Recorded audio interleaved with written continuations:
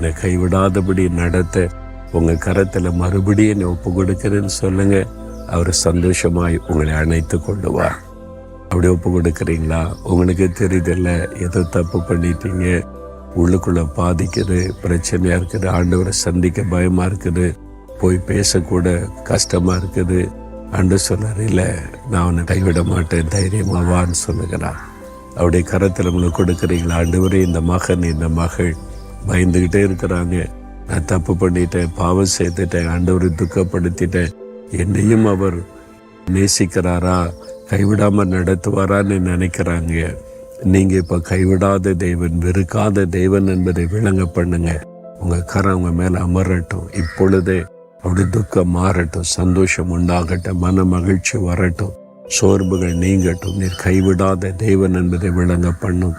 இயேசுவின் நாமத்தில் ஜெபிக்கிறோம் பிதாவே, ஆமென்.